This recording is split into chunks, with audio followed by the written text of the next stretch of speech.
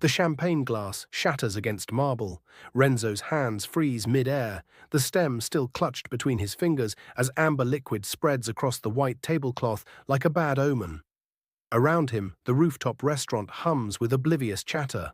Forks scraping porcelain, laughter bouncing off crystal chandeliers that cost more than most people's cars. The Empire State Building glitters through floor-to-ceiling windows, but all Renzo sees is the man walking toward his table. Tall, dark suit that probably costs 5 figures, jaw sharp enough to cut glass. This can't be the joke. His friends, Kamari, Jalisa and Tasha, are supposed to be watching from across the restaurant, phones ready to record his awkward blind date with some random nobody they found on a dating app. That was the plan. Embarrass the rich, lonely, and pregnant Omega who hasn't left his penthouse in 6 months except for doctor's appointments and midnight drives in his Tesla when the panic gets too loud. Hi viewers, kindly tell us where you're watching from and what time it is.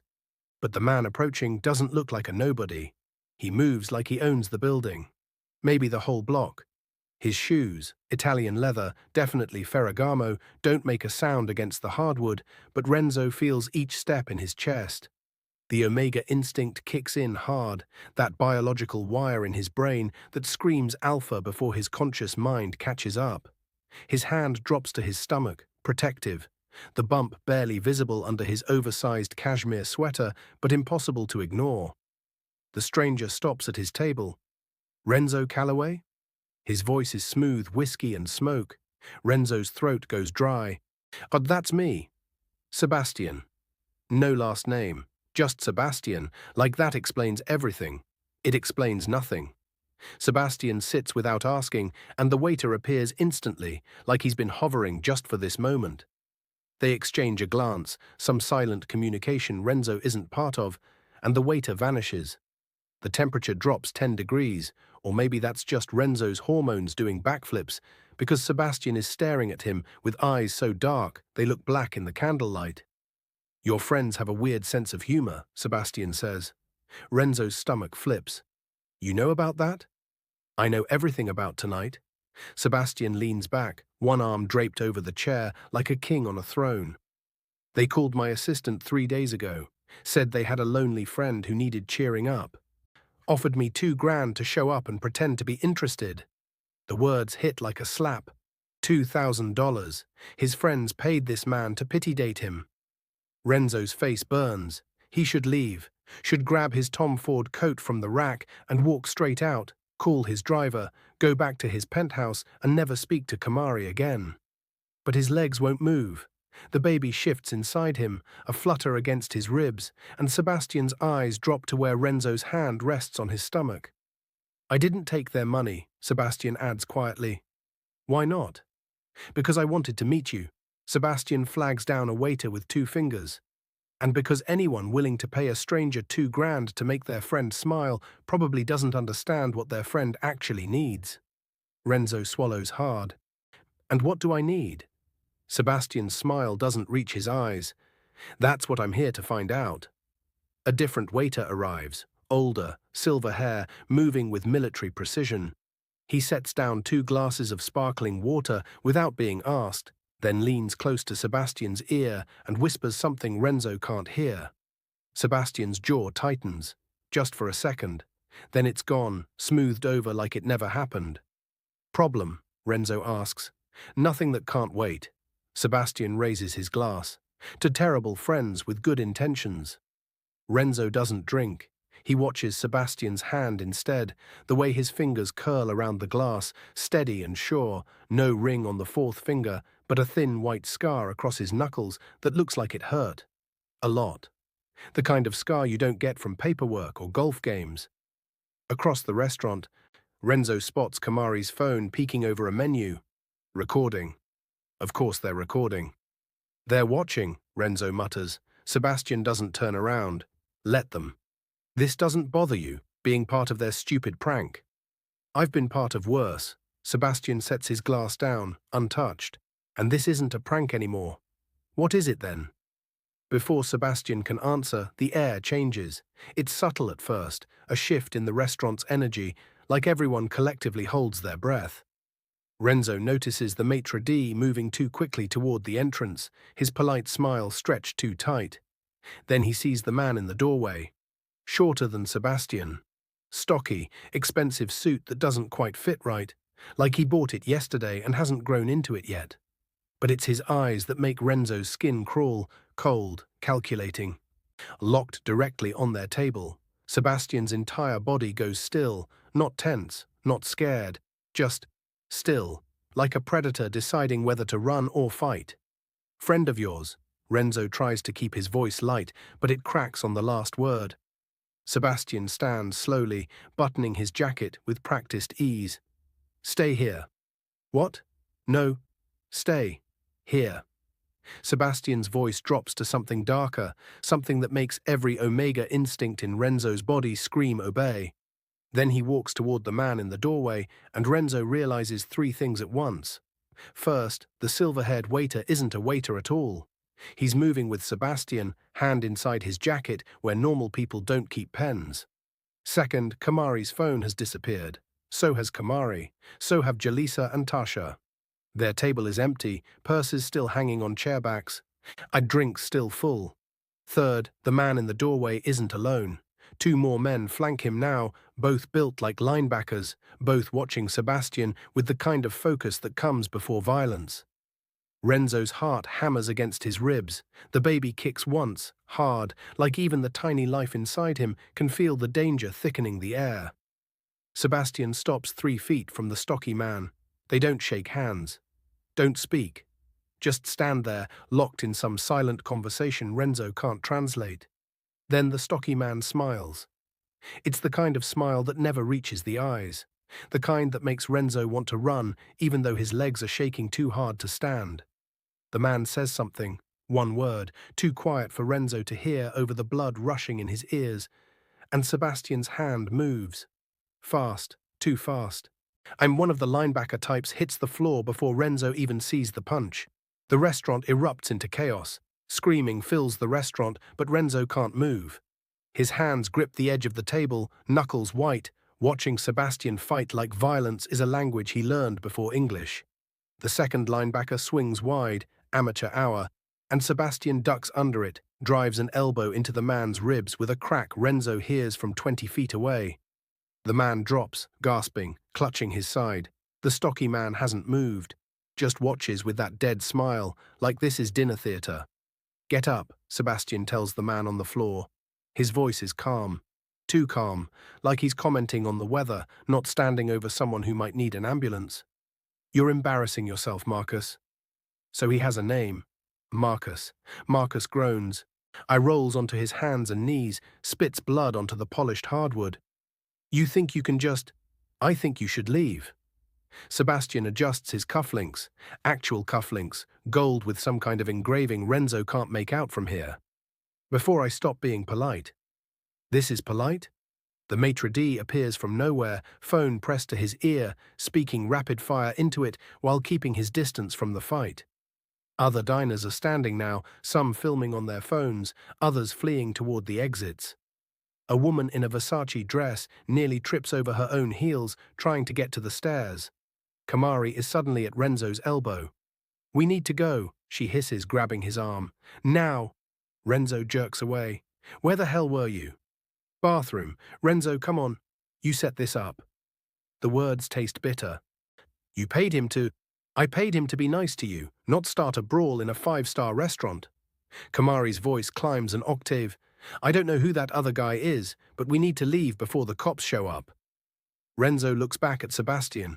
He's not fighting anymore, just standing there with his hands at his sides, while the stocky man, the one Sebastian called Marcus, circles him like a shark. The silver-haired not-waiter has disappeared. So have the 2 linebacker types, though Renzo's pretty sure one of them left a tooth behind on the floor. You embarrassed me, Marcus says, loud enough now for half the restaurant to hear. In front of my people. Your people embarrassed themselves. Sebastian's eyes flick toward Renzo for just a second. It's enough. Marcus follows his gaze, and Renzo watches the exact moment the man's expression changes from anger to something worse. Interest. That's why you're here? Marcus laughs, sharp and ugly. Some pregnant omega. You're getting soft, Sebastian. Sebastian moves so fast Renzo almost misses it. 1 second he's standing still, the next his hand is wrapped around Marcus's throat, lifting him onto his toes. The restaurant gasps collectively. Someone screams again. Kamari's nails dig into Renzo's arm. Say that again, Sebastian says quietly. Please. Marcus's face goes purple. His hands claw at Sebastian's wrist, feet kicking uselessly. For a second, just a second, Renzo thinks he's going to watch someone die in front of 100 witnesses and a dozen cell phone cameras. Then Sebastian lets go. Marcus crumples to the floor, wheezing, and Sebastian straightens his jacket like nothing happened. We're done here. Tell Dante I'll see him Tuesday. He turns and walks back toward Renzo. Every eye in the restaurant follows him. The maitre d' is still on his phone, probably with the police, definitely with someone important. Kamari tries to pull Renzo toward the exit again, but Renzo plants his feet, rooted to the spot, because Sebastian is looking at him like the last 2 minutes didn't happen. Like they're still on a date. We should go, Sebastian says when he reaches the table, unless you want to explain to the NYPD why you're having dinner with me. I don't even know who you are. Renzo's voice comes out steadier than he feels. Then let me take you somewhere I can explain. Sebastian offers his hand, the same hand that just choked a man in front of a crowd. Os, please. The baby kicks again, hard, like even the tiny human inside him knows this is a terrible idea. Renzo takes Sebastian's hand anyway. It's warm, solid. The scar across his knuckles is rough under Renzo's palm, and up close, Renzo can see it's not just one scar, but several, layered over each other like a history written in damaged skin. Sebastian's grip is gentle though, careful, like he's afraid Renzo might shatter. Renzo, don't. Kamari's voice cracks. We don't know him. You paid him to take me out, Renzo says without looking at her.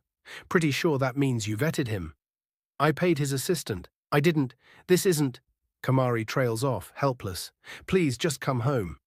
But Sebastian is already leading Renzo toward a side exit, past overturned chairs and abandoned meals, past the maitre d' who pointedly looks the other way. And they hit the stairwell and the noise cuts off like someone hit mute. Just the echo of their footsteps on concrete, Renzo's heels clicking too loud, Sebastian's shoes still somehow silent. There's a car waiting, Sebastian says. You don't have to get in it. But if you do, I promise I'll answer every question you have. Every question? Every one. They reach the ground floor. Sebastian pushes open a metal door and the city hits Renzo like a wall. Car horns, shouting, the stink of garbage and exhaust, and too many people in too small a space. But there's also a black SUV idling at the curb, windows tinted so dark Renzo can't see inside, and the silver-haired man from upstairs is suddenly there holding the back door open.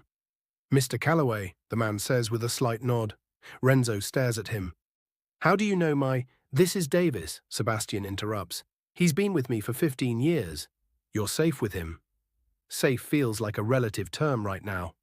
Renzo looks at the SUV, at Sebastian, at Davis with his military posture and dead eyes that have definitely seen worse than a restaurant brawl.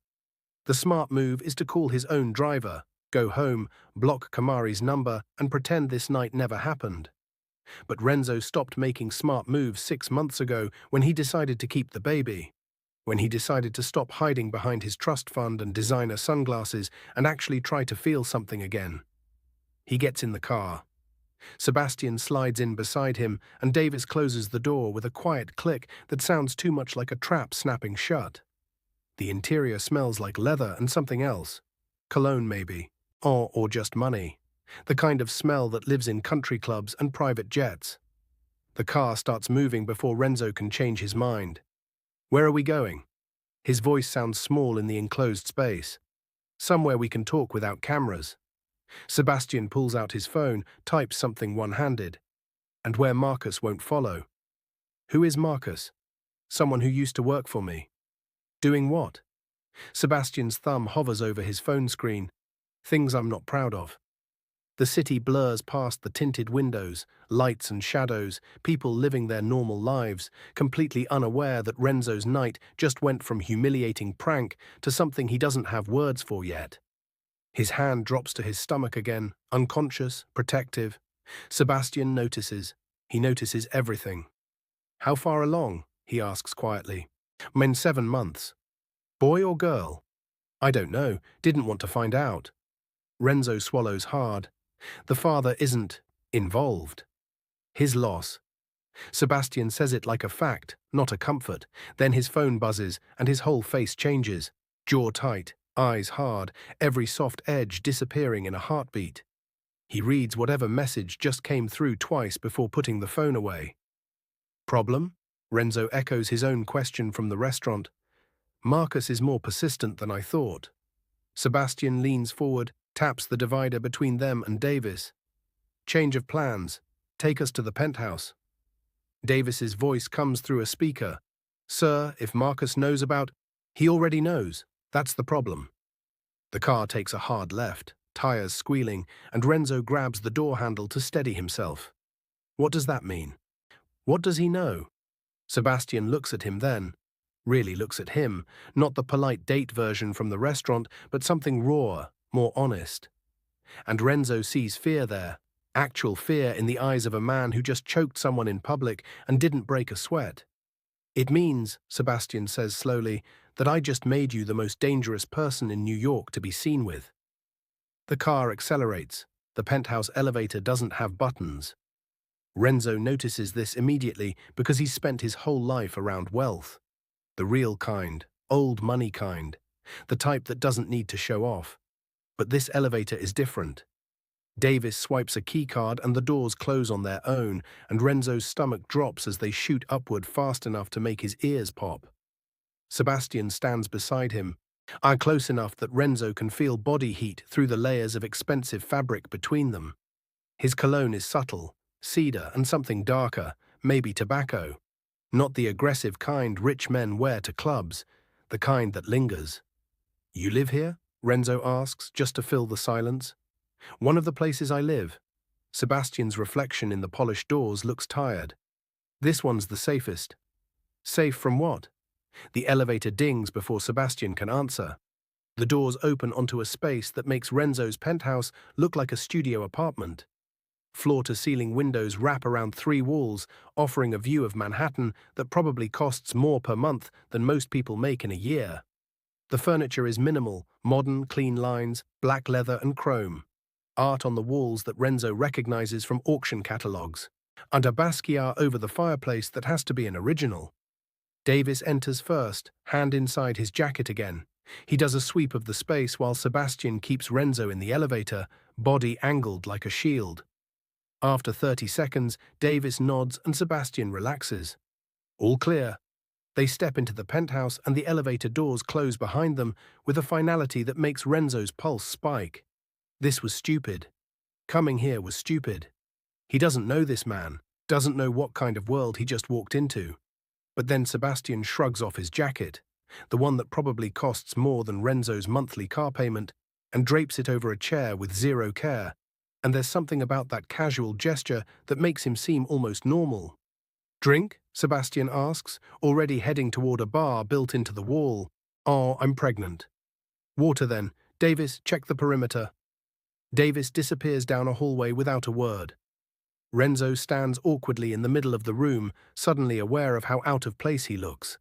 His cashmere sweater is expensive, but stretched over his bump in a way that probably looks ridiculous.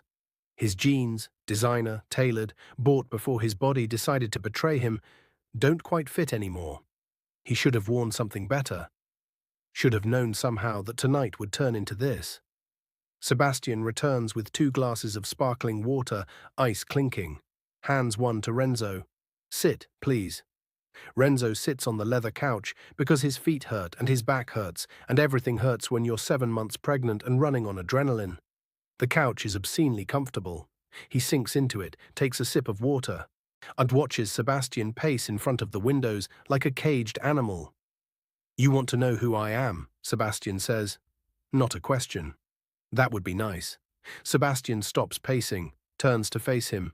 I run a business. Import, export, real estate. Mostly legitimate, some less so. I have enemies because that's what happens when you control territory other people want. Marcus used to work for me until he decided he could do better on his own. Work for you doing what? Security, collections, problem solving. Sebastian's jaw tightens. Things that require moral flexibility. The words hang in the air between them. Renzo sets his glass down carefully. You're in the mob. That's an outdated term, but accurate. Sebastian doesn't deny it. I inherited the business from my father, spent the last 10 years trying to make it cleaner. I'm more legitimate. Marcus doesn't like that direction. He thinks I've gone soft, that we should go back to the old ways. Tonight was him making a statement. A statement. Renzo's voice rises. He could have killed you. No. Sebastian says it with absolute certainty. He wanted me to know he's not afraid anymore, that he has backing now, support from people who matter. Hurting me in public sends a message to everyone watching. What message? That I'm vulnerable. Sebastian looks at Renzo with something that might be regret, and that anyone I care about is vulnerable too. The room temperature drops 10 degrees. We had one dinner, Renzo says slowly, one fake dinner that my friends paid you. I told you I didn't take their money. Fine, one dinner you showed up to out of pity then. That doesn't make me someone you care about. Sebastian crosses the room, sits on the coffee table directly in front of Renzo, close enough that their knees almost touch. His eyes are so dark, Renzo can see his own reflection in them. I've spent the last 5 years avoiding anything that looks like a personal life, Sebastian says quietly. No relationships, no attachments, nothing Marcus or anyone else could use against me. And then your friend calls my office with this ridiculous proposal, and I see your photo, and I think... He stops, starts again. I think maybe one night won't matter. One dinner with someone who doesn't know my world, who can't get hurt by it. But the second I saw you sitting at that table, hand on your stomach, looking at me like I might actually be someone worth knowing. He trails off. Renzo's heart hammers. Utter what? I knew Marcus would find out. He has people everywhere. And I came anyway because I'm selfish and stupid and so tired of being alone that I convinced myself one night wouldn't hurt.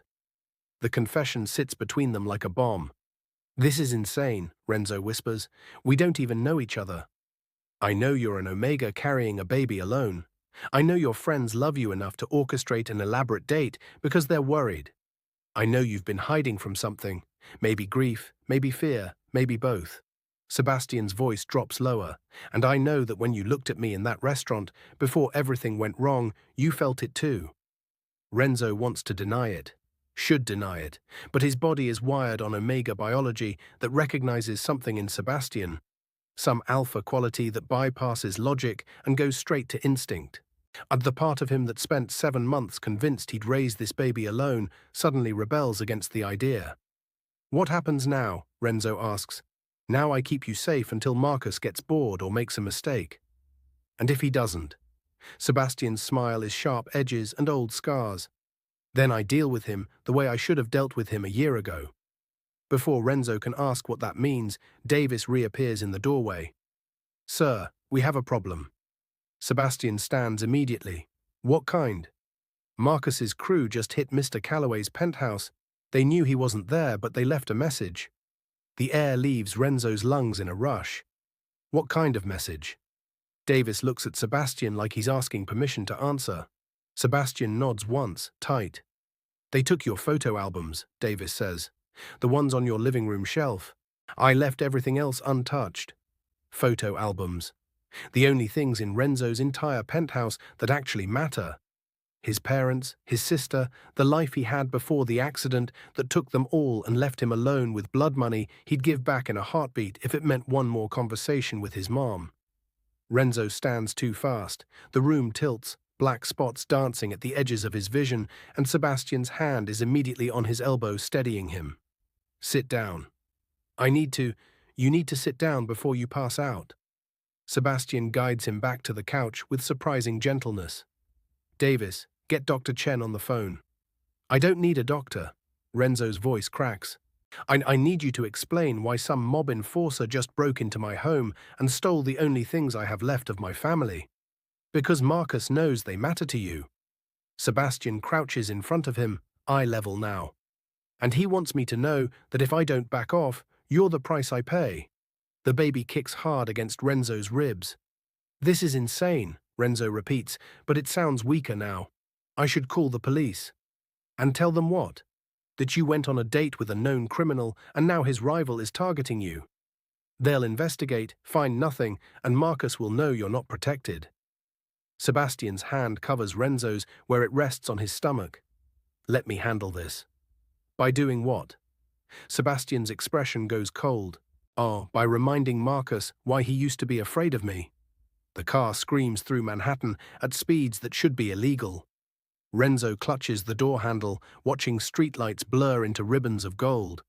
Sebastian sits beside him, phone pressed to his ear, speaking in rapid-fire sentences that sound more like commands than conversation. Davis drives like he trained for NASCAR, weaving between taxis and town cars with inches to spare. I don't care what he told you. Sebastian's voice cuts through the engine noise. Get everyone to the warehouse, now. Yes, everyone.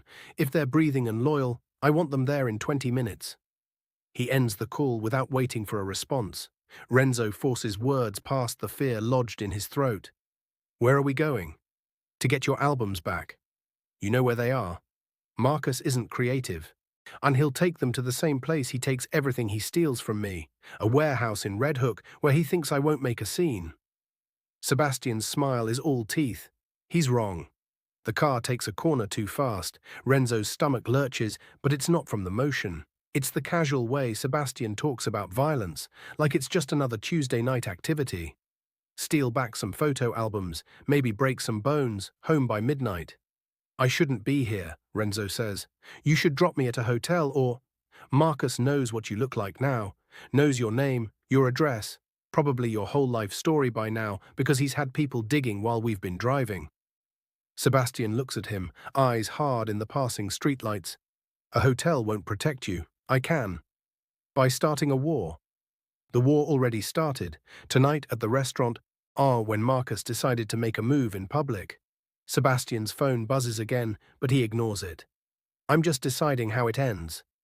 They cross into Brooklyn, the Manhattan skyline shrinking behind them. The neighborhoods get rougher, graffiti on shuttered buildings, groups of men on corners who watch their car pass with calculating eyes. Renzo's never been to this part of the city, never had a reason to venture beyond his safe, sanitized slice of the Upper East Side. The car slows. Davis speaks quietly into his own phone, listening to someone on the other end. Then he catches Sebastian's eye in the rearview mirror. They're already inside, 8 of Marcus's people, plus Marcus himself. Our people? 16, waiting on your word. Sebastian checks his watch, something Swiss and complicated that probably costs more than a car. Tell them we're 2 minutes out.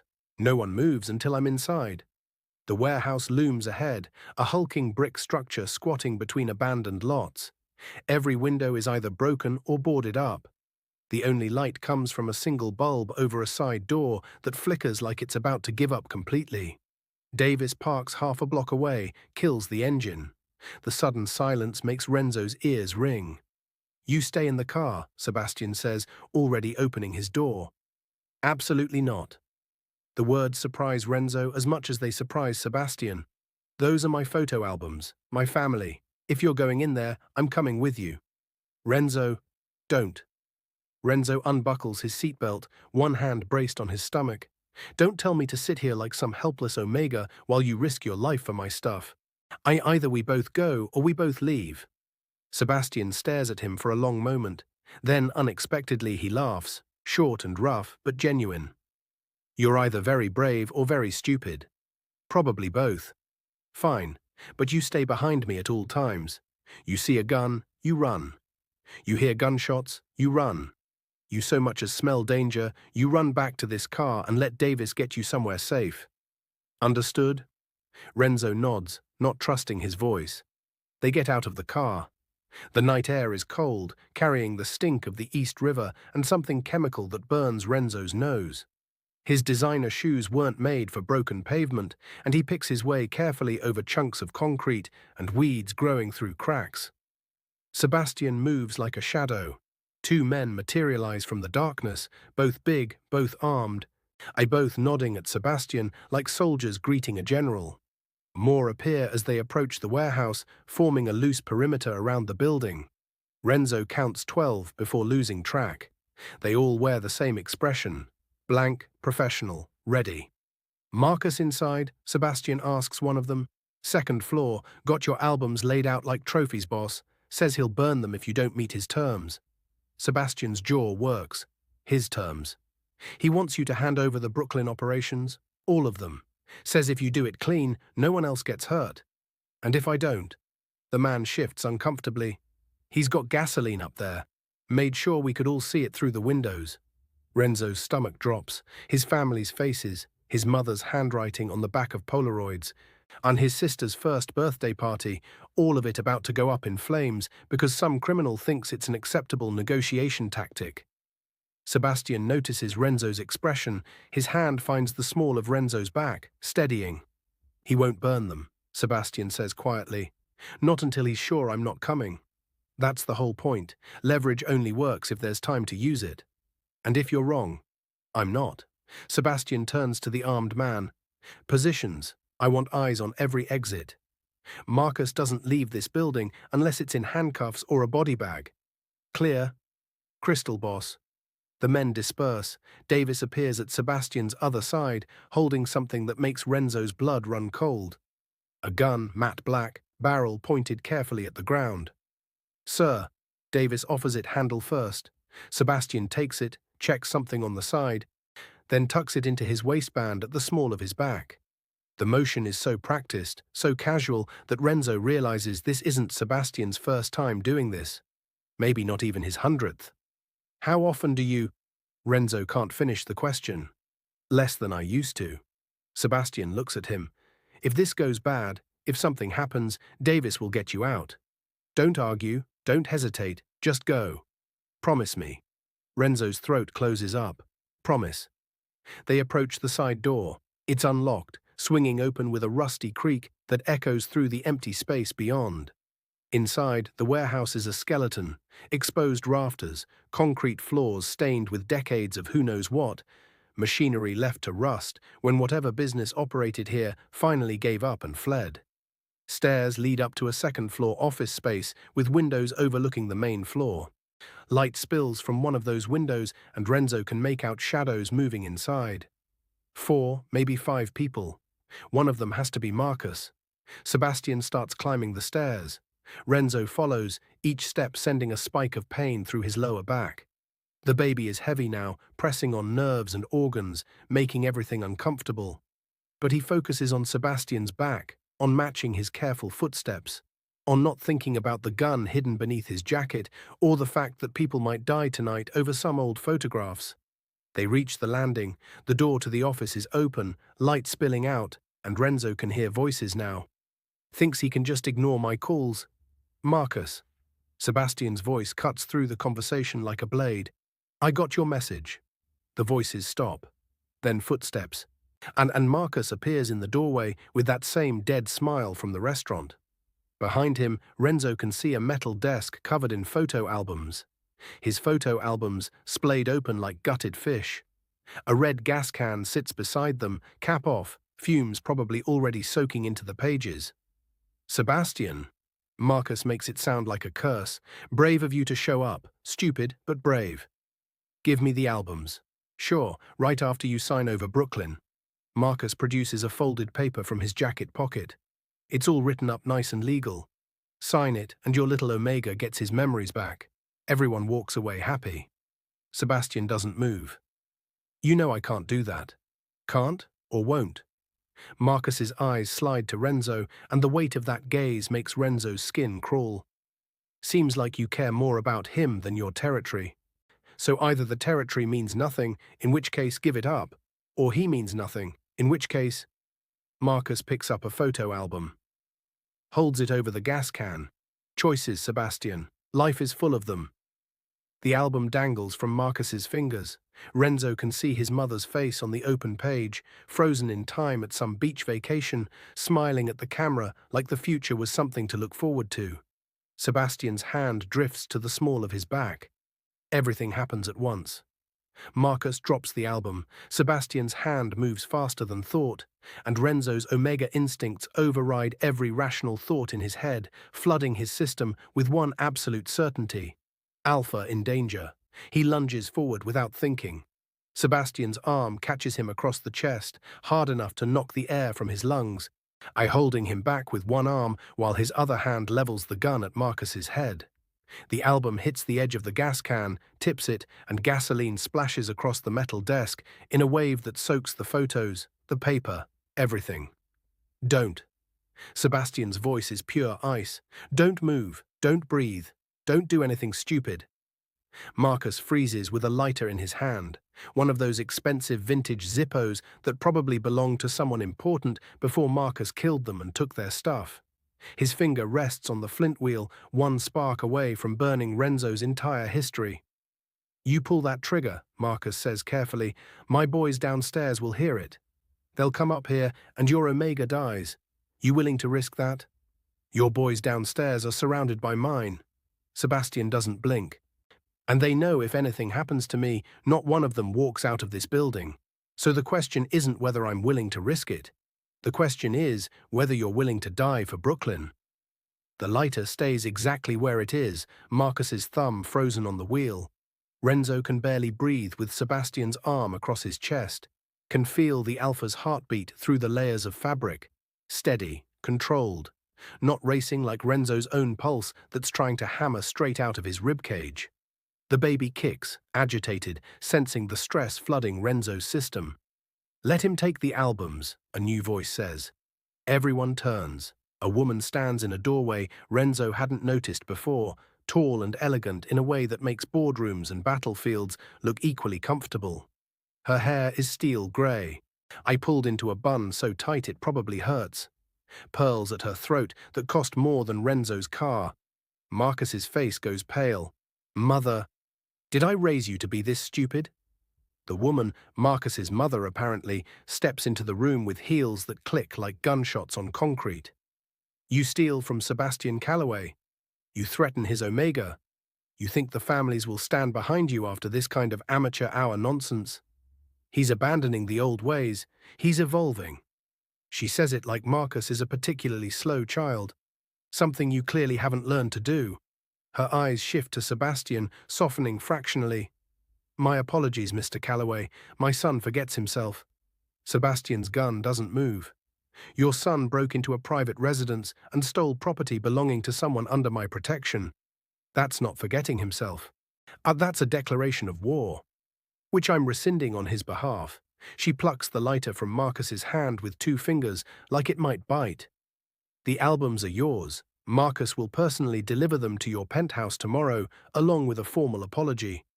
Mother, you can't. I can and I will. She turns that flat stare on her son. You want to challenge Sebastian's authority? Fine. Go through proper channels, call a meeting of the families, make your case like a civilized person. But this? She gestures at the gasoline-soaked desk. This is the kind of reckless stupidity that gets territories lost, not won. You're lucky he's only pointing a gun at you instead of a shovel. The words hang in the air like a prophecy. Sebastian slowly lowers the gun. The albums. Now. Marcus looks at his mother, who nods once. Then he starts gathering the photo albums with hands that shake just slightly. He avoids looking at the gasoline, at Sebastian, at anything except the task in front of him. One of his men appears with a plastic bag, probably meant for evidence disposal, and Marcus loads the albums into it like they might explode. There's also the matter of restitution, the woman continues. Breaking and entering is worth what, Sebastian? 20,000, 50, 100,000, Sebastian says without hesitation, delivered with the albums.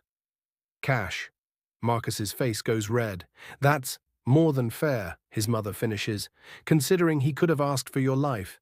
Pay it, Marcus, and count yourself lucky.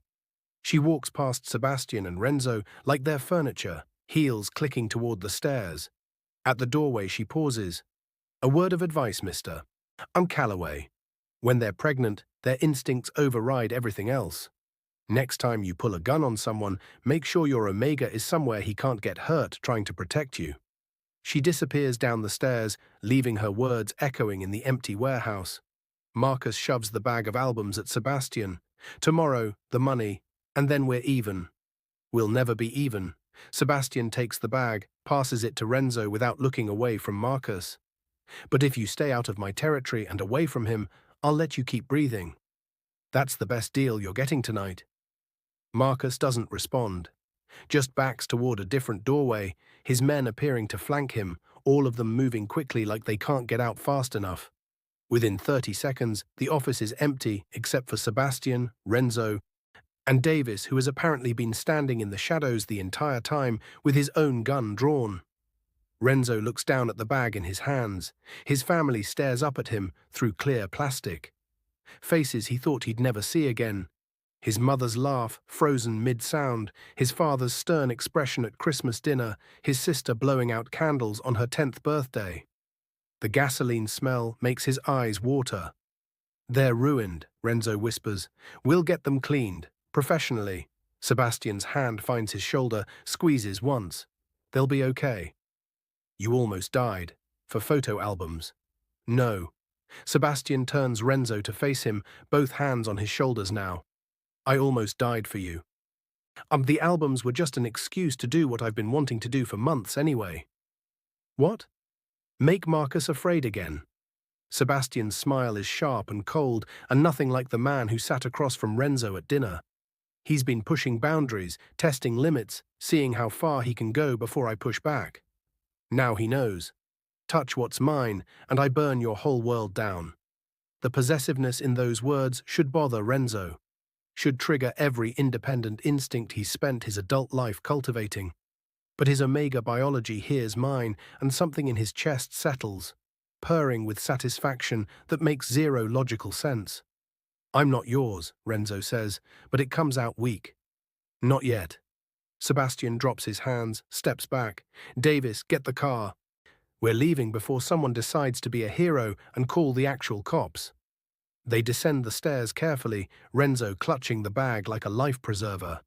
His back screams with every step, the baby pressing hard against his bladder, reminding him that 7 months pregnant is not the ideal time for warehouse rescue missions. Outside, the night has gotten colder. Renzo can see his breath misting in the air, mixing with the lingering gasoline smell from the albums. Sebastian's people are already dispersing, melting back into the darkness like they were never there. The car appears, Davis at the wheel. They pile in and Renzo sinks into leather seats that suddenly feel like the safest place in the world. His hands shake as he sets the album bag carefully on the seat beside him. Thank you, he says quietly. Sebastian doesn't look at him. Oh, don't thank me. I'm the reason they were in danger in the first place. You didn't break into my apartment. No, but I made you a target by showing up to that dinner, by touching your hand, by looking at you like... He stops himself. Marcus was watching the whole time. He knew exactly how to hurt me. By hurting me. Yes. Finally, Sebastian looks at him, and the raw honesty in that gaze steals Renzo's breath. Which is why this ends tonight. I'll have Davis take you home, post security outside your building, and we'll pretend we never met. You'll be safe again. The words hit like a punch to the gut. That's it? One dinner and a warehouse fight, and now you're just... done? I'm keeping you alive, Sebastian says, but there's something broken in his voice. That's all that matters. The car turns onto Renzo's street, or his building rises ahead, glass and steel and security that proved worthless when Marcus decided to break in. Renzo stares at it, this place that's supposed to be home but has felt like a tomb for 6 months, and realizes he doesn't want to go back to being alone. He doesn't want Sebastian to walk away. What if I don't want to pretend we never met? The words come out before Renzo can stop them. Sebastian goes very still. Renzo, I'm already a target. You said it yourself. Marcus knows who I am, where I live, probably everything about me by now. Pushing you away doesn't change that. Renzo's hand drops to his stomach, to the baby rolling inside him like an ocean wave. So maybe instead of pretending, we figure out how to actually keep me safe. Together. The car stops in front of Renzo's building. Davis doesn't open the door. And just sits there waiting, like he knows something important is happening in the back seat, and it needs time to play out. Sebastian looks at Renzo like he's trying to memorize every detail. The curve of his jaw, the way his hand rests on his stomach, the stubborn set to his mouth that says he's not backing down. Then, so slowly it's almost painful, Sebastian's hand covers Renzo's where it rests on the baby bump. If we do this, Sebastian says quietly, there's no halfway. Marcus will see it as a permanent claim. Every enemy I have becomes your enemy. Your life will never be completely safe again. It hasn't been safe since my family died. Renzo turns his hand over, lacing their fingers together. At least this way I'm choosing the danger instead of having it choose me. You barely know me, so teach me. The silence stretches between them like a wire pulled too tight. Then Sebastian nods once, sharp and decisive. Okay, but not here.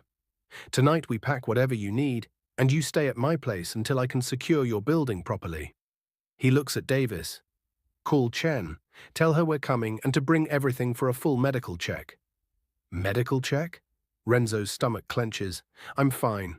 You're 7 months pregnant and just survived a hostage situation. You're getting checked. Sebastian's tone leaves no room for argument. Then we're going to sit down and I'm going to tell you exactly what being with me means. All of it. No secrets, no sanitizing. And after that, if you still want this, we'll figure it out. And if I change my mind, then I'll do everything in my power to keep you safe from a distance.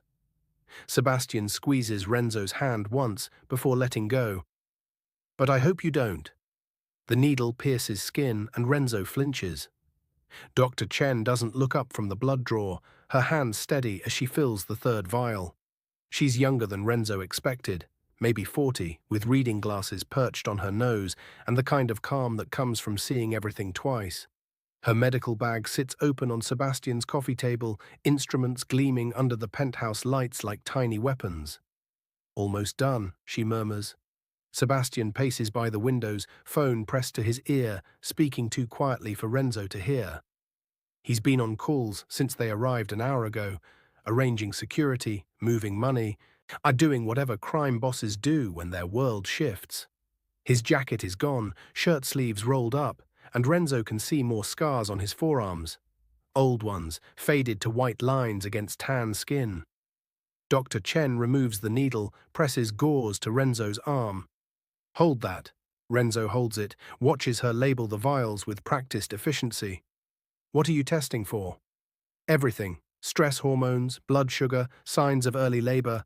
Sebastian said you were involved in an altercation tonight. She pulls out a blood pressure cuff. Arm, please. The cuff inflates, squeezes. Renzo tries not to think about Marcus's lighter, about gasoline fumes, about how close everything came to burning. His albums sit on the kitchen counter now, pages carefully separated and laid flat to dry. The smell still clings to them, probably will forever, a permanent reminder of tonight's insanity. 140/90, Dr. Chen announces. Elevated but not dangerous. When's your next OB appointment? Thursday. Cancel it. You're seeing me from now on. She makes a note on her tablet. I've been Sebastian's doctor for 8 years. Delivered 3 babies for his people, patched up more gunshot wounds than I care to count. You're safer with me than any hospital where questions get asked. The casual way she mentions gunshot wounds makes Renzo's stomach clench. This is his life now. Doctors who treat criminals, blood draws at midnight, security teams outside the door. He chose this. Told Sebastian he wanted in. But sitting here with a needle mark in his arm and his baby kicking nervously, the weight of that choice feels suffocating. Sebastian ends his call, crosses to the couch. How is he? Remarkably stable considering. Dr. Chen shines a light in Renzo's eyes. Follow my finger. Good. Any dizziness, nausea, contractions? Just tired. That's adrenaline crash. You'll sleep hard tonight and wake up feeling like you got hit by a truck. She pulls out an ultrasound wand, the portable kind that plugs into her tablet. Lift your shirt. Renzo hesitates. This feels too intimate somehow, Sebastian watching while Dr. Chen smears gel across his stomach. But Sebastian just settles into the chair across from them, patient and quiet, like this is the most normal thing in the world. The wand presses against Renzo's skin, cold and slick. Dr. Chen moves it slowly, watching her tablet screen with focused intensity. Then sound fills the room, fast, rhythmic, like galloping horses. The baby's heartbeat. T152 beats per minute, Dr. Chen says. Perfect. Good movement, strong heart rate, no signs of distress. She angles the tablet so Renzo can see the grainy black and white image. Everything looks exactly as it should for 28 weeks. 28 weeks. Renzo stares at the screen, at the tiny human curled inside him, and something in his chest cracks open.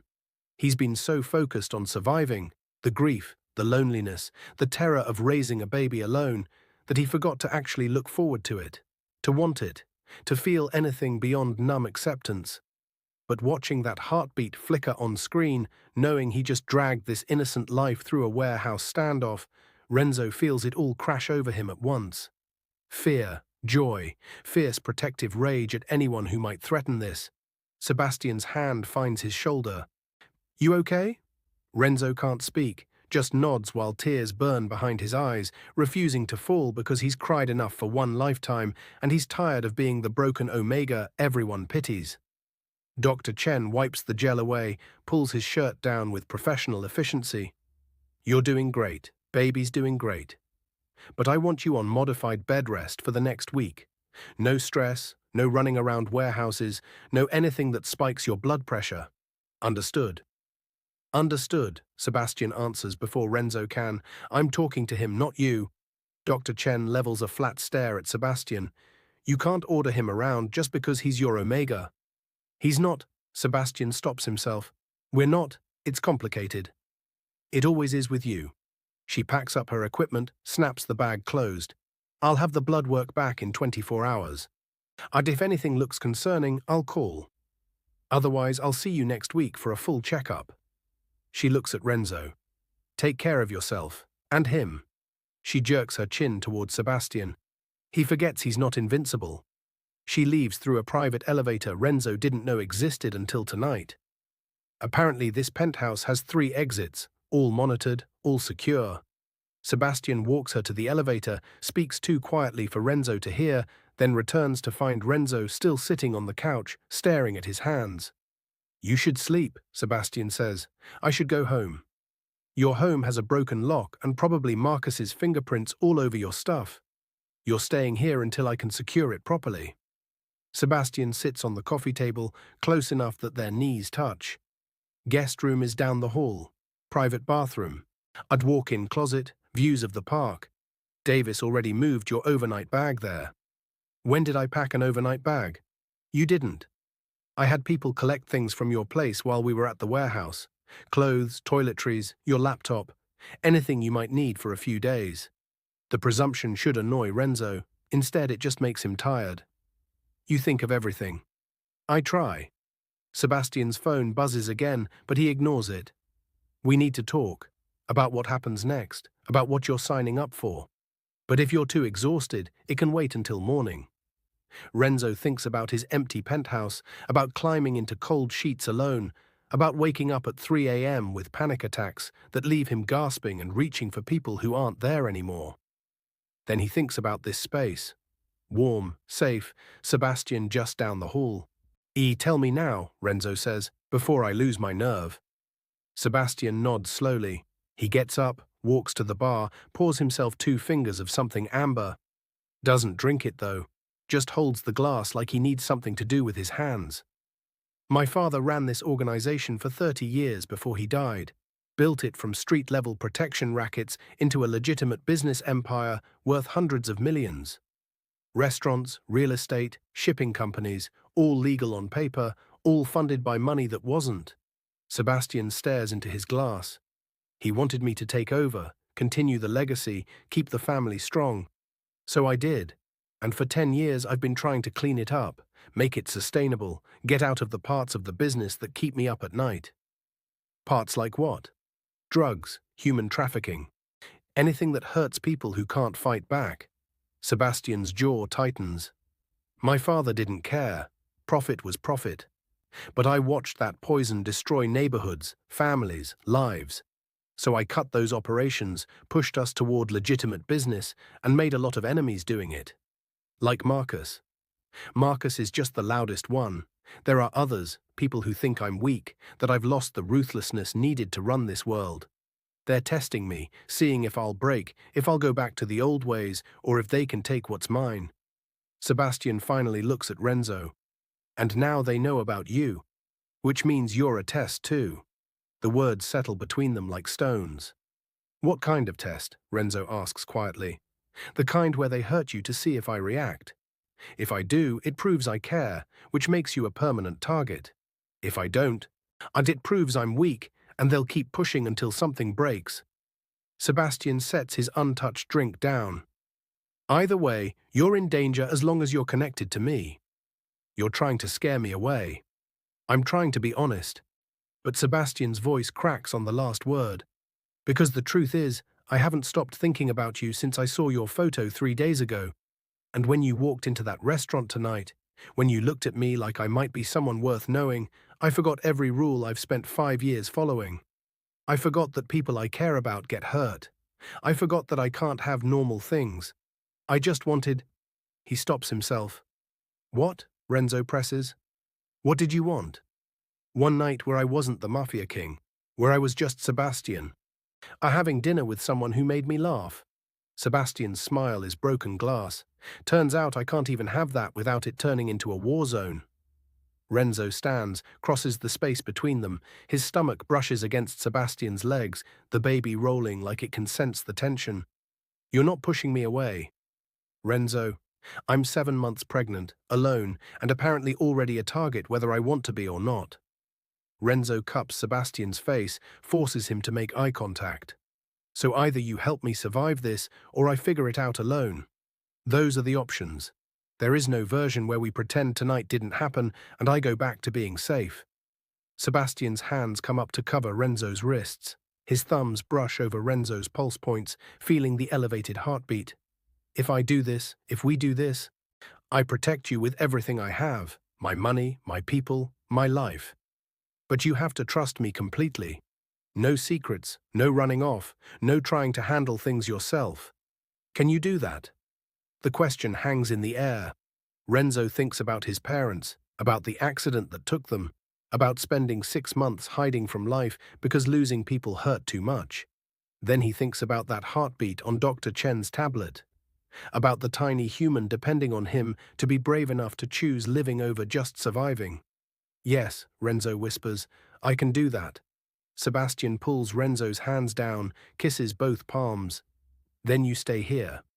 We secure your building, move your important things to a storage unit Marcus doesn't know about, and make it clear to everyone watching that you're under my protection. Permanently. Permanently. Unless you change your mind. Then I'll still protect you, just from a distance. Sebastian stands, and they're close now. Close enough that Renzo can feel body heat and smell cedar cologne and see the exhaustion etched into every line of Sebastian's face. But I hope you don't change your mind. Me too, Renzo admits. They stand there, breath mingling, the city glittering through the windows behind them. Renzo's baby kicks once, hard, right against where their bodies almost touch. Sebastian's eyes drop to Renzo's stomach, one hand hovering like he wants to touch, but isn't sure he's allowed. You can, Renzo says quietly. Sebastian's palm settles over the bump, warm and solid. The baby kicks again, directly into his hand, and Sebastian's entire expression transforms. Wonder replacing worry, and softness replacing sharp edges. Strong, he murmurs. Takes after me. Sebastian laughs, surprised and genuine. Then his phone buzzes again, shattering the moment. He checks it, and whatever he reads makes his face go hard. What? Renzo asks. Marcus just posted bail for his warehouse crew, all 8 of them. Which means someone high up is backing him, someone with enough influence to make charges disappear. Sebastian types rapidly, one-handed, keeping his other hand on Renzo's stomach. I need to make some calls. Davis will show you to your room. It's 2 in the morning. Welcome to my world. Sebastian's smile doesn't reach his eyes. Get some sleep. Tomorrow we'll figure out the rest. Davis appears from wherever he was lurking, silent and efficient. Renzo lets himself be guided down a hallway lined with more expensive art. Past rooms he doesn't have the energy to look into until Davis opens a door onto a bedroom that's bigger than Renzo's entire living room. "Everything you need should be here," Davis says. "If not, there's an intercom by the bed. Press 9, it rings my phone. Press 1, it rings Sebastian's." "Thank you." Davis nods once and disappears. Renzo stands in the doorway, staring at a bed that could sleep 4 people, at windows overlooking Central Park lit up like a postcard. His overnight bag sits on a chair, and when he opens it, he finds everything he would have packed himself if he'd had the chance. Comfortable clothes, his prenatal vitamins, the worn copy of poetry his mother used to read him. Someone went through his things, invaded his space, and somehow managed to grab exactly what he needed. It should feel like a violation. Instead, it just feels like being known. Renzo changes into sweatpants and an old college t-shirt that barely stretches over his bump anymore. Brushes his teeth with his own toothbrush, washes his face with his own soap. Climbs into sheets that smell like expensive detergent and nothing else. He should be terrified. Should be second-guessing everything, planning his escape, calling Kamari to come rescue him from this insanity. Instead, he falls asleep within minutes, one hand on his stomach, and doesn't wake up once until morning light streams through windows he forgot to close. Smoke curls from the monitor screen where Renzo's building used to be secure. He stares at Sebastian's laptop, at the live security feed showing his penthouse door hanging off its hinges. Not broken like last night's careful lockpicking. Destroyed. Someone used a battering ram or maybe just a really angry linebacker because the steel reinforcement is bent completely wrong, frame splintered. The kind of damage that says we don't care who hears this. When? Renzo's voice sounds distant to his own ears. 4 a.m. Sebastian stands behind him, close enough that Renzo can feel tension radiating off him in waves.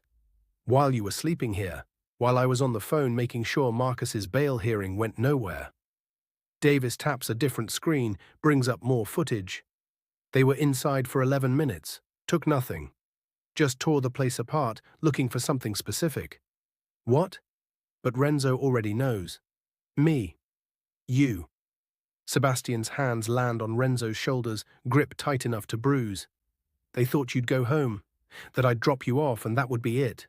One dinner, one rescue, goodbye. When you weren't there, they sent a message." The laptop screen cycles through images that make Renzo's stomach turn. His couch slashed open, stuffing everywhere. His kitchen cabinets pulled off the walls. His bedroom, the nursery he was slowly building, one careful purchase at a time, completely destroyed. The crib he bought last week is matchsticks. The mobile with little moons and stars that took him an hour to assemble is twisted metal and shredded fabric. Renzo turns away before he can see more. "I need air. You need to stay inside." But Sebastian's voice is gentle. "The balcony is secure. Bulletproof glass. No sightlines from other buildings. You can go there." Bulletproof glass, sightlines. Words that belong in war zones, not New York penthouses. Renzo walks to the balcony anyway. He slides open the door that weighs twice what normal doors weigh because it's reinforced with things he doesn't want to think about. The morning air hits his face, cold and sharp, carrying the smell of the city waking up.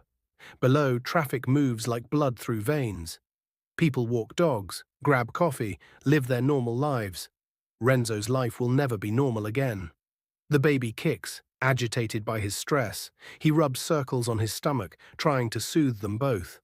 7 months pregnant and homeless because some mob enforcer decided to prove a point. The absurdity would be funny if it wasn't so terrifying. Sebastian joins him on the balcony, carrying a mug of something that smells like chamomile. Dr. Chen said no caffeine. This is supposed to help with stress. I don't think tea fixes this." "Probably not." Sebastian sets the mug on the glass railing, but drinking it gives you something to do besides panic. "I'm not panicking." "You're gripping that railing hard enough to hurt yourself." Sebastian's fingers brush Renzo's, gentle. "I'm having your building secured today. New doors, new locks, cameras on every floor, security posted 24/7. You can go home tomorrow if you want." "If I want?" Renzo laughs, sharp and bitter. Yesterday you were trying to push me away. Now you're offering to fortify my building. Which is it? Both, neither.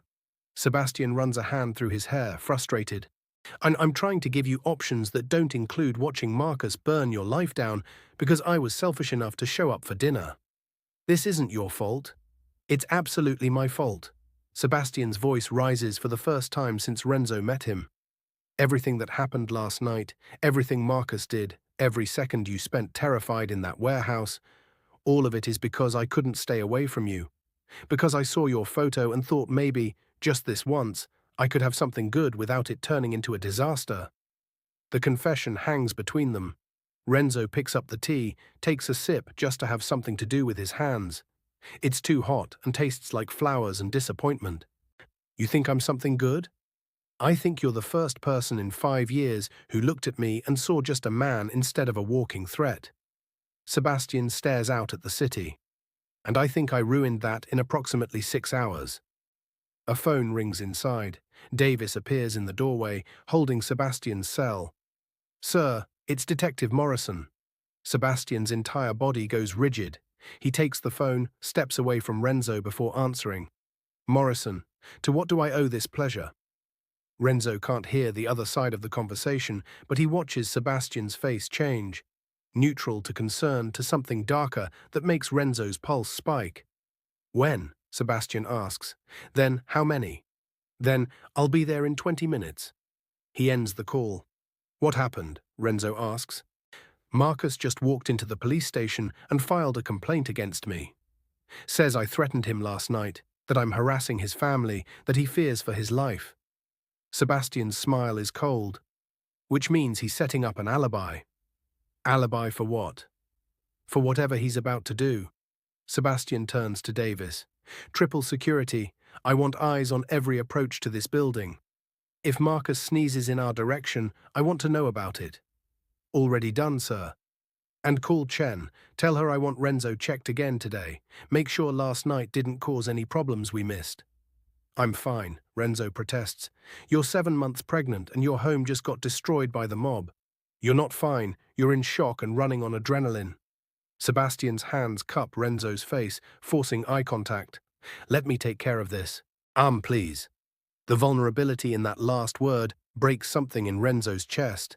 This powerful man, this crime boss who probably kills people before breakfast, asking permission to protect him. Okay, Renzo whispers. Sebastian's thumbs brush across Renzo's cheekbones. For a second, Renzo thinks he might kiss him. Wants him to kiss him, actually. Wants something to feel real and solid when everything else is falling apart. But Sebastian just rests his forehead against Renzo's, breathing in sync before pulling away. I have to go deal with Morrison before he decides to take Marcus's complaint seriously.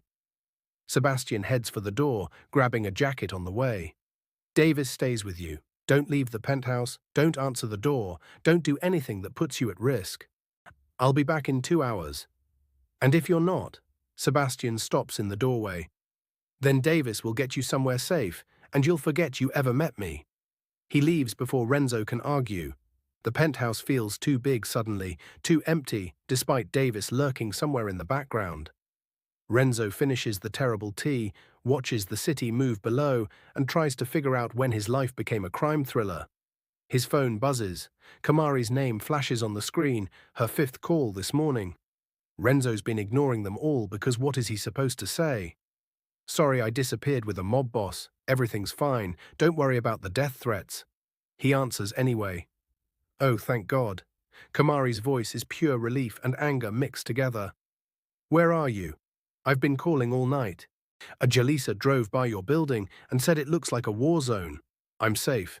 Safe where? With him? Renzo, we saw what happened at the restaurant. That man is dangerous. That man saved my life. The words come out harder than intended, and he's keeping me safe while Marcus, the guy from the restaurant, tries to kill me for existing. So yeah, I'm with Sebastian, and I'm staying with Sebastian, and if you have a problem with that, you can… He stops himself before saying something he'll regret. Kamari is quiet for a long moment. Are you being held against your will? Blink twice if you need help. Despite everything, Renzo laughs. I'm not blinking anything. I'm fine. Scared, yeah, but fine. He's really keeping you safe? He's got a doctor checking on me, security everywhere, and he's fixing my apartment so I can go home eventually. Renzo sinks onto the balcony chair. I know it's crazy. Trust me, I know. But for the first time in 6 months, I don't feel alone, even if the reason is completely insane. Kamari sighs, long and suffering. You always did have terrible taste in men. This from the woman who dated a guy who lived in his mom's basement until he was 30. That was different. He wasn't in the mob. He also wasn't paying $100,000 to get my photo albums back. Wait, what? Renzo fills her in on last night, the abbreviated version without the parts that might give her a heart attack. By the end, Kamari is cursing in 3 languages and threatening to fly to New York just to murder Sebastian herself. He's not the bad guy here, Renzo says quietly. No, he's just the guy who made you a target by showing up to that stupid dinner I arranged. Kamari's voice cracks. I'm so sorry, Renzo. I thought I was helping. I thought maybe someone would make you smile again, get you out of that penthouse. I didn't know. You couldn't have known. None of us could. Renzo watches a bird land on the railing, some tiny thing that shouldn't survive in the city but does anyway. Maybe this is just what my life looks like now, complicated and dangerous and nothing like I planned. And what about the baby? Renzo's hand drops to his stomach. Sebastian's already talking about securing the nursery, making sure we're protected. He's in this, Kamari. Really in this. I can feel it. Omegas can feel a lot of things that aren't real. It's real. Renzo says it with more certainty than he actually has. Or it will be. I just have to survive long enough to find out. They talk for another 10 minutes before Kamari has to go to work. She makes Renzo promise to call every day, to text if anything feels wrong, to leave immediately if Sebastian shows any red flags beyond the ones that already exist. Renzo promises, ends the call, and sits alone on the balcony while the city wakes up around him. Davis appears with food, eggs, toast, fruit that's cut into perfect cubes. You need to eat. I'm not hungry. Eat anyway. Baby needs it. Davis sets the plate on the small table, then pauses. Sebastian's a good man. Better than most in this world. If he says he'll protect you, he means it. You've known him a long time. 15 years, watched him grow from an angry kid forced into his father's business to the man he is now. He's not perfect. But he's trying to be better than what he came from. Davis heads back inside. That's more than most people manage. The words settle over Renzo like a blanket. He eats the eggs because Davis is right about the baby needing food. Watches the city move. Waits for Sebastian to come back and tell him the next disaster they're facing. His phone buzzes again. Unknown number. Renzo should ignore it. Should let it go to voicemail, should not engage with random calls when his life is already chaos. But something makes him answer. Hello? Breathing on the other end. Heavy, deliberate, the kind that raises every hair on the back of Renzo's neck. Then Marcus's voice, smooth and cold. Enjoying the view from Sebastian's penthouse? Renzo's blood turns to ice. Renzo drops the phone like it burned him. It hits the balcony floor, ice screen cracking on impact, Marcus's laughter still crackling through the speaker. Davis is there in seconds, weapon drawn, scanning the neighboring buildings like he can shoot invisible threats. Inside, now. Davis hustles Renzo through the balcony door, slams it shut, engages locks that sound like vault doors closing. What did he say? He knew. Renzo's hands shake. He knew I was here, on the balcony. How did he? Davis is already on his phone, speaking rapid-fire commands. Possible breach. Run surveillance on all nearby buildings. I want thermal imaging, signal detection, everything. Now. Renzo sinks onto the couch, one hand on his racing heart, the other on his stomach, where the baby kicks frantically. His omega instincts are screaming danger so loud he can barely think through the noise. Every window suddenly feels like a target. Every shadow hides a sniper. The penthouse that felt safe 10 minutes ago now feels like a glass cage with Marcus watching from somewhere outside. How did this happen? Renzo asks. You said this place was secure. It is secure. But Davis's face says he's not as certain as he sounds. No one can get in without us knowing. but watching from outside, with the right equipment. He grimaces. That's harder to stop. Sebastian bursts through the elevator door, looking like murder personified. His tie is gone, jacket unbuttoned, and there's something in his eyes that makes Renzo's hindbrain scream alpha rage. Where is he? Sebastian demands. Don't know. Davis shows his own phone, signal originated from a burner. I could be anywhere in a 3-block radius. 3 blocks. Sebastian's voice drops to something dangerous. He's close enough to watch us, and we don't know where. We're running sweeps. Run them faster. Sebastian crosses to Renzo, crouches in front of him. Are you hurt? No, just scared. Renzo's voice cracks on the last word. He was breathing, like he wanted me to know he was there, watching, waiting for... He can't finish the sentence. Sebastian's hands find Renzo's, grip tight enough to hurt. Listen to me. Marcus is trying to scare you. That's all this is, psychological warfare. He can't get to you here, so he's making you afraid to stay. It's working. I know. Sebastian's thumbs brush over Renzo's knuckles.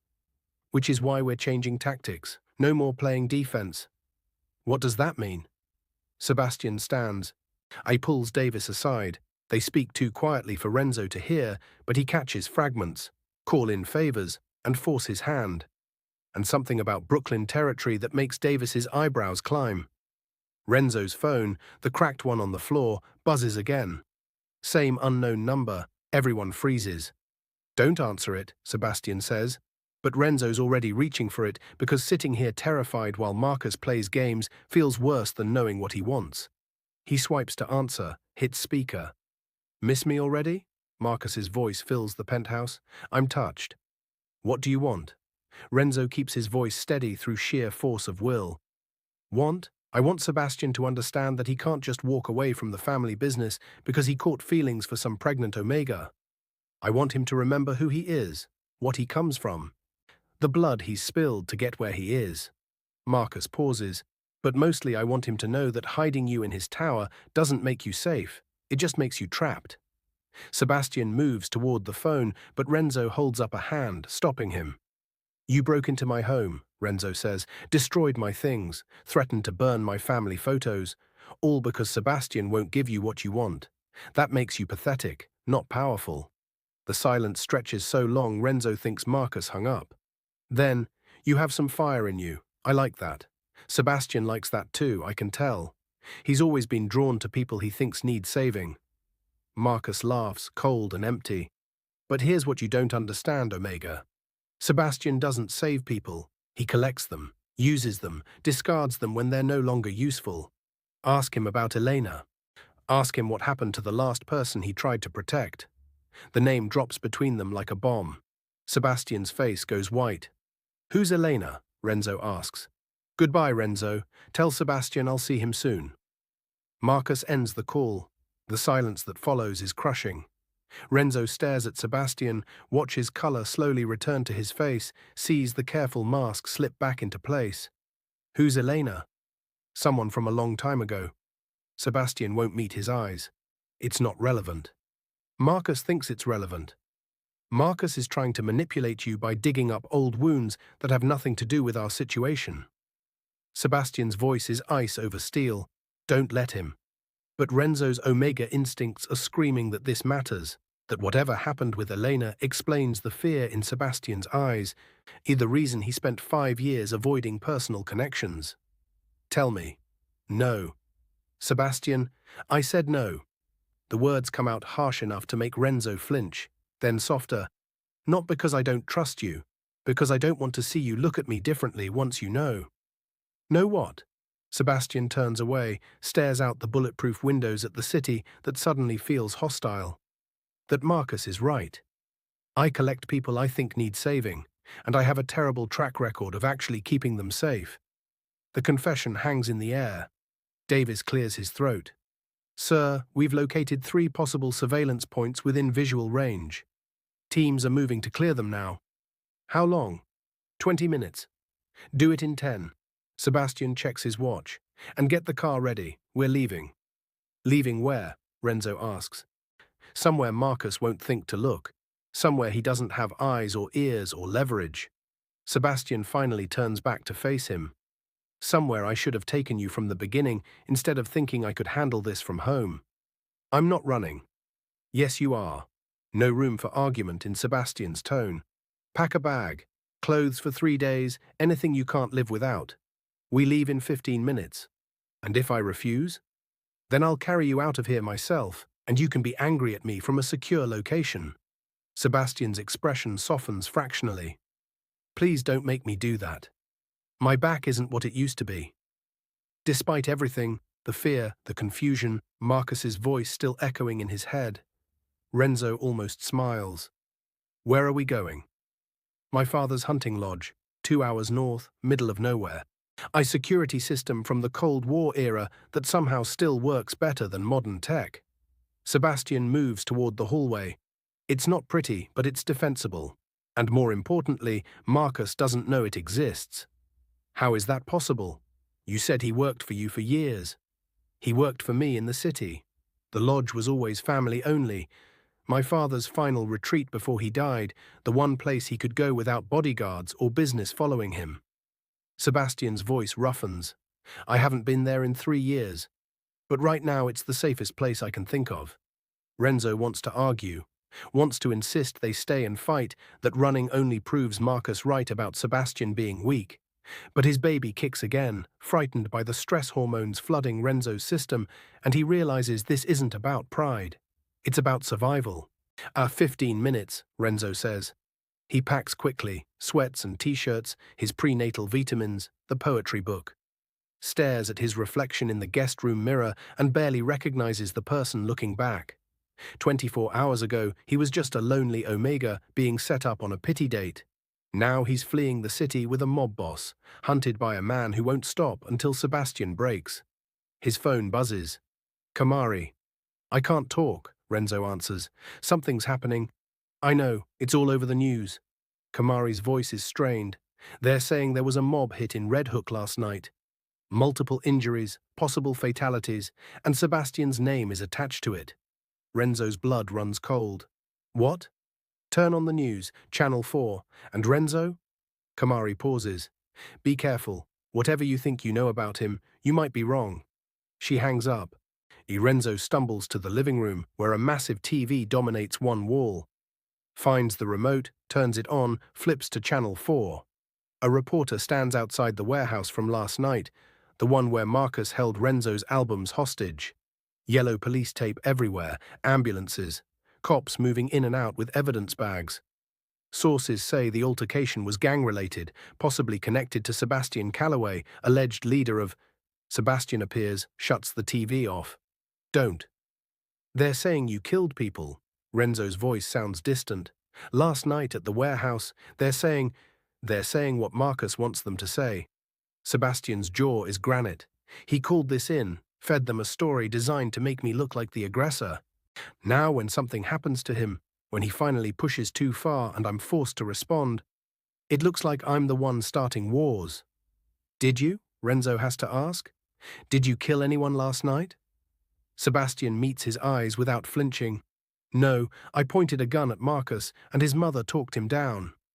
Everyone walked away breathing. But if Marcus's people are feeding the press a different story, there's nothing I can do to stop it except stay out of sight until this blows over. Or until Marcus does something worse. Yes, Sebastian doesn't sugarcoat it. Which is why we're leaving, right now. Davis appears with bags already packed. Sebastian's apparently, plus supplies Renzo doesn't want to think about. Medical equipment, weapons. Whatever you need when you're hiding from someone who wants you dead. Did they take the private elevator down to a garage Renzo didn't know existed? Not the main one where the expensive cars live, but a sub-level with unmarked vehicles and oil stains that won't wash out. Davis has an SUV running, dark blue and completely anonymous. Sir, Davis says as they approach, we've got a problem. What now? Marcus just posted on social media, says he's offering a reward for information on your whereabouts. $200,000 to anyone who can confirm where you are. Sebastian goes very still. He's crowdsourcing surveillance. Every street camera, every doorman, every person with a phone suddenly has incentive to watch for us. Davis looks grim. We need to leave now, and we need to do it without being seen. Can we? I've got 3 decoy vehicles leaving from different exits. Hopefully one of them draws attention long enough for us to slip out. Davis opens the back door. But we have to move. Renzo climbs into the SUV, Sebastian sliding in beside him. The door closes with a heavy thunk that sounds like a tomb ceiling. Davis gets behind the wheel, puts the car in gear, and they start moving through the underground garage toward an exit. Renzo hopes leads somewhere safe.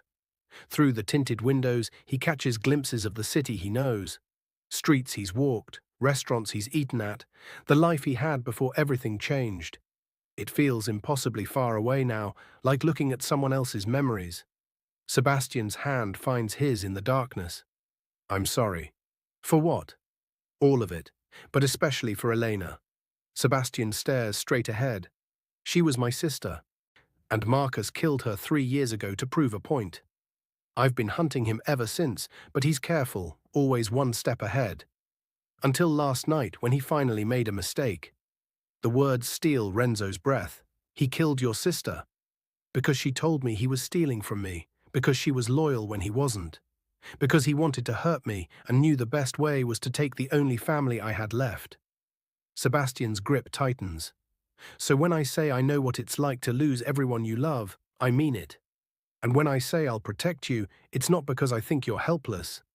It's because I can't survive losing someone else. The car exits onto a street Renzo doesn't recognize. Davis makes 3 quick turns, checking mirrors, ensuring they're not followed. The city blurs past, familiar and foreign at the same time. Renzo leans into Sebastian's side, lets the Alpha's warmth chase away some of the fear. We're going to survive this. Yes. Sebastian says it like a vow. We are. But as they leave Manhattan behind, heading toward a hunting lodge in the middle of nowhere, Renzo can't shake the feeling that Marcus is still watching, and that the worst is yet to come. The lodge smells like death and old wood. Renzo steps through the door Sebastian just unlocked. 3 deadbolts, 1 combination lock, a security system that beeps ominously until Sebastian punches in a code, and tries not to gag. Dust sheets cover furniture shaped like ghosts. Windows are boarded from the inside. The floor creaks under their weight, like it might give up and collapse into whatever basement lurks below. It's been closed for 3 years, Sebastian says, apologetic. Since my father died here. Died how? But Renzo already knows the answer from the way Sebastian won't meet his eyes. Heart attack, alone. It took 2 days before anyone found him. Sebastian pulls a dust sheet off what used to be a couch. He wanted it that way. No bodyguards, no witnesses, just him and his final escape from everything he built. Davis moves through the space like a soldier clearing enemy territory, checking rooms, testing locks, making sure they're alone. His footsteps echo upstairs, then back down before he reappears in the doorway. All clear. No signs of entry, no tracking devices. We're good. For now, Sebastian mutters. The lodge is bigger than Renzo expected. 2 stories, 5 bedrooms, a kitchen that probably hasn't seen use since Nixon was president. Everything is wood and leather and masculinity so aggressive it feels like a museum exhibit. Mounted deer heads watch from the walls with glass eyes that catch the dim light. A bearskin rug sprawls across the main room like it's trying to escape.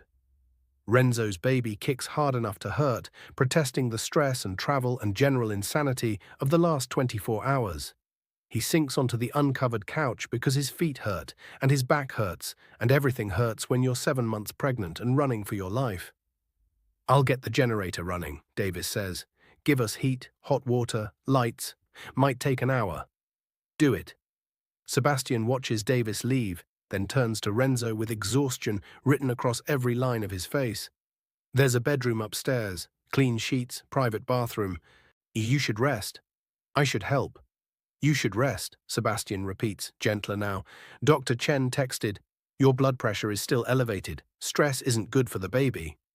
Nothing about this situation is good for the baby. I know. Sebastian sits beside him, close enough that their thighs touch. Which is why I'm going to end it. Today.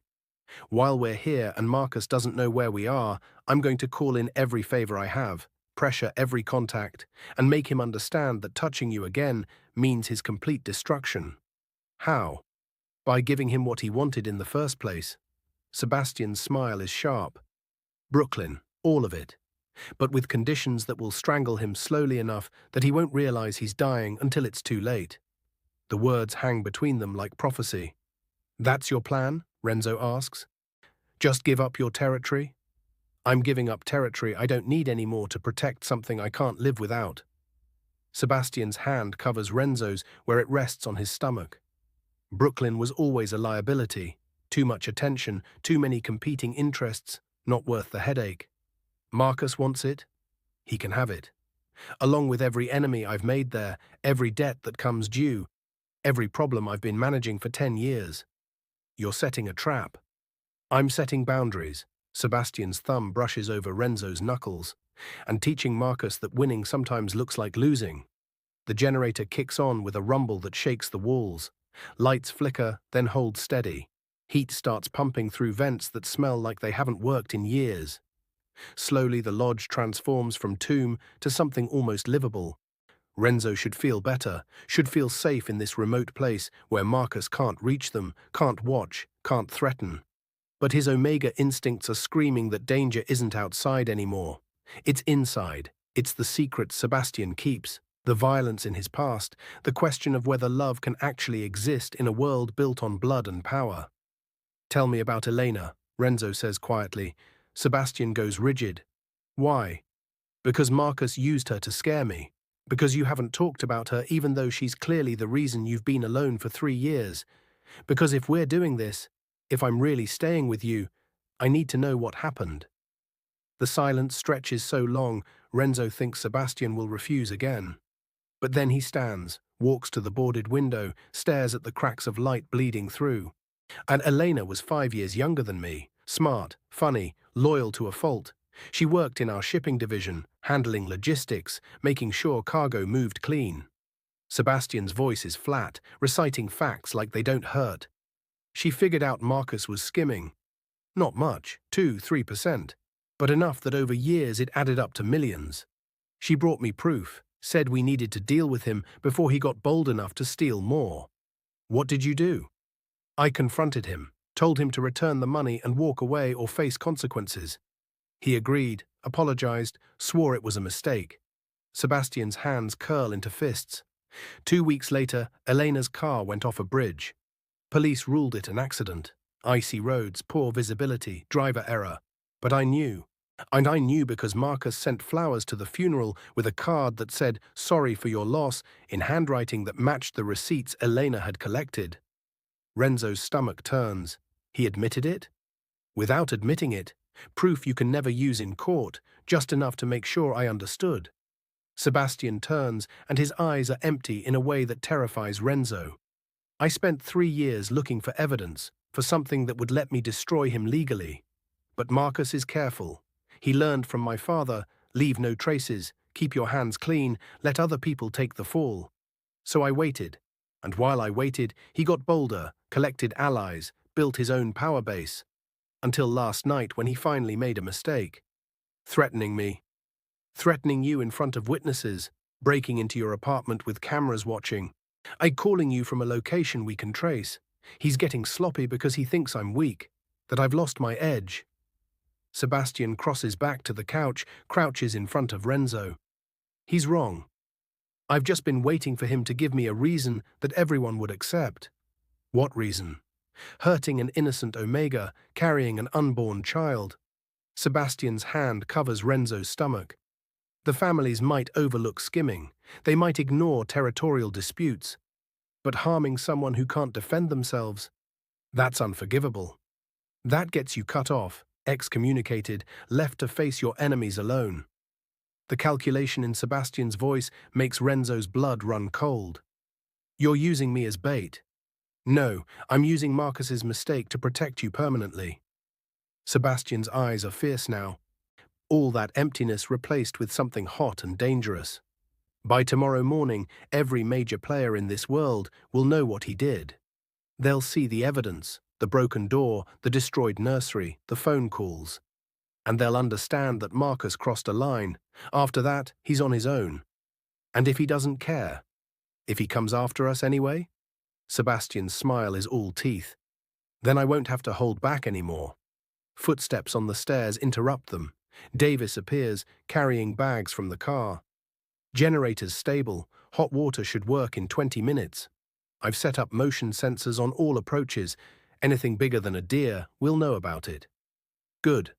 Sebastian stands, helps Renzo to his feet. Show him the upstairs bedroom. Make sure he's comfortable. I can find my own bedroom, Renzo protests. But Sebastian's already moving toward what looks like a study, phone out, typing rapidly. Davis jerks his head toward the stairs. Come on, you'll want to lie down before the adrenaline crash hits. Davis is right about the crash. By the time Renzo reaches the upstairs bedroom, surprisingly clean, surprisingly nice, with windows that actually open onto forest instead of brick walls, his hands are shaking and his legs feel like water. He collapses onto the bed, which is harder than Sebastian's guest room but softer than fear, and stares at the ceiling while his baby performs gymnastics. Hey, Renzo whispers, one hand on his stomach. Sorry about all this. I promise when you're born, life will be boring. So boring. Just diapers and bottles and absolutely no mob wars. The baby kicks like they don't believe him.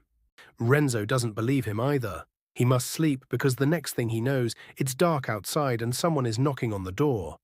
Not Davis's efficient rap or Sebastian's confident knock, but something urgent. Something wrong. Renzo. Sebastian's voice, rough with something that might be fear. We need to leave. Now. Renzo sits up too fast, room spinning. What happened?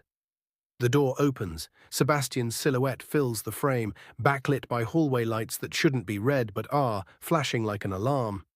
Marcus found us, Sebastian says, and he's not alone. Through the window, Renzo sees lights moving through the forest. Not flashlights, headlights, multiple vehicles coming up the access road that's supposed to be impossible to find. How? Renzo breathes. I don't know. But we have maybe 3 minutes before they get here. Sebastian crosses to the bed, pulls Renzo to his feet. Davis is starting the car. We're going out the back, through the woods. There's a secondary road half a mile that way. Gunfire erupts downstairs. Not the neat, silenced shots from movies. Real gunfire, thunderous and close, shaking the walls and making Renzo's ears ring. Sebastian shoves him toward the floor, covers him with his own body, and Renzo realizes this is it. This is how it ends. In a hunting lodge his alpha's father died in, surrounded by enemies, 7 months pregnant and absolutely helpless. The baby kicks frantically. Renzo makes a decision. He's not dying here, not tonight, not when he finally found someone worth surviving for. Give me a weapon, Renzo says. Sebastian stares at him like he's lost his mind. What? Give me a weapon, a gun, a knife, anything. Because I'm not running blind while you and Davis try to protect me. Either we fight together or we die together. But I'm done being helpless. More gunfire downstairs, Davis shouting something Renzo can't make out. Windows shattering, the smell of smoke starting to creep up the stairs. Sebastian makes a sound that might be a laugh or a sob. Then he pulls a gun from his waistband, smaller than the one from last night, black and deadly, and presses it into Renzo's hands. Safety's here. Point and shoot. Don't hesitate. Sebastian's eyes bore into his. And if something happens to me, you run. You get to that car and you drive until you find civilization and you never look back. Understood? Nothing's happening to you. Promise me. Sebastian, promise me. His hands cup Renzo's face, thumb brushing over his bottom lip. Promise me that if I go down, you survive, you and the baby. That's all that matters. The smoke is getting thicker, the gunfire closer. Renzo can hear footsteps now, heavy boots on old wood, men shouting coordinates like they're clearing a hostile building. I promise, Renzo lies, because there's no version of tonight where Sebastian dies and Renzo just walks away. Not anymore, not when they've come this far. Sebastian kisses him then, hard and desperate and tasting like goodbye. Then he's moving toward the door, his own gun raised, and Renzo follows with a weapon he's never fired and a baby depending on him to survive. The hallway is smoke and chaos, and absolutely nothing like Renzo's life was 48 hours ago. But it's his life now, and he's going to fight for it. The stairs are on fire, and Renzo's vision narrows to pure survival. Sebastian moves ahead, gun raised, checking corners like he trained for this his whole life, which he probably did. Renzo follows close enough to feel body heat, to smell cordite and smoke, and Sebastian's cedar cologne cutting through the chaos. His hands shake around the gun, but he keeps it pointed down like Sebastian taught him 30 seconds ago in a bedroom that's probably burning now. "Davis!" Sebastian shouts into the smoke. "East side." Davis's voice comes from somewhere near the kitchen. 3 hostiles down, at least 4 more coming through the back. They hit the ground floor. The main room is destroyed, furniture overturned, bullet holes stitching patterns across the walls, the bare rug smouldering from a fire that hasn't quite caught yet. Through the smoke, Renzo sees bodies. 2, maybe 3. Not moving, blood pooling on hardwood that's probably older than any of them. His stomach heaves, but he swallows it down. Sebastian grabs his arm, pulls him toward the kitchen. They round the corner and Davis is there, crouched behind an industrial-sized refrigerator, firing through a window that used to have glass. Shell casings litter the floor like deadly confetti. "How many?" Sebastian demands. "Started with 7, down to 4, but they called for backup. I heard it on their radios." Davis ejects a magazine, slams a fresh one home. "We've got maybe 2 minutes before this place is swarming." Back door. Compromised. They're using the vehicles to block the access road. We'd have to go on foot through the woods, and Renzo can't. Davis stops himself. I'm looking at Renzo's 7-month bump with something like apology. "I can run," Renzo says. "Not fast enough." Sebastian's jaw works, which means we make a stand here until we can thin their numbers enough to break through. Or until we run out of ammunition. Davis fires 3 more shots, quick and controlled, which happens in about 5 minutes. A window explodes inward, spraying glass. Sebastian yanks Renzo down behind the counter, covers him with his body again. Bullets punch through walls that should be solid, stitching holes that let in moonlight and madness. "Who are they?" Renzo gasps. "Marcus's people, mercenaries probably, given the equipment." Sebastian risks a glance over the counter, fires twice. Someone screams outside. He's not playing anymore. Neither are we. Davis moves to a different window, provides covering fire. Sir, if we're doing this, we need to do it now, before they regroup." Sebastian looks at Renzo, really looks at him, like he's memorizing details in case this is the last chance. Then he pulls something from his jacket pocket. A phone, small and ruggedized, with only one contact programmed in. If something happens, Sebastian presses it into Renzo's free hand. "You press this button. 1 call. It goes to someone who can protect you even if I can't." "Who?" "Someone who owes me a debt they can never repay." Sebastian's smile is crooked. "Her name is Adrienne. She'll get you somewhere safe, somewhere Marcus will never find you. She'll help you disappear if that's what it takes." "I'm not disappearing without you." "You will if I'm dead." Sebastian says it matter of fact, no room for argument. "Your promise, remember? You survive. No matter what." More gunfire, closer now. Renzo can hear voices outside coordinating, counting down, preparing to breach.